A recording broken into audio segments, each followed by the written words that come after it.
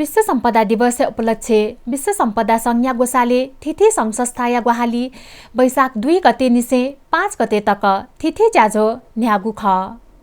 नेपाल हस्तकला महासंघ, ललितपुर उद्योग वाणिज्य संघ, ललितपुर हस्तकला संघ, कला संस्कृति व सम्पदा समिति बडा नम्बर 6 ओकुबहाल सम्यक आजीविका संघया ग्वाहाली यलया ल्याएको म्युजियम व फन्दा केवे हस्तकला प्रदर्शनी सफु बोजा फुखा वेन्ह व लिपिया किपा बोजा नाप पौभा चोजा केनेगु किपा देकेगु द्य देकेगु प्रक्रिया बारे लाइभ डेमोन्स्ट्रेसन जुगु ख।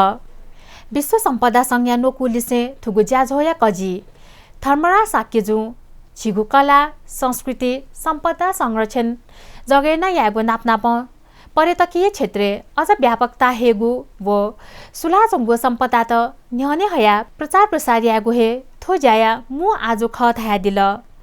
वैशाख 2 व 5 गते विश्व सम्पदा दिवस लस्ता हेरिटेज वाक न जुगु ख।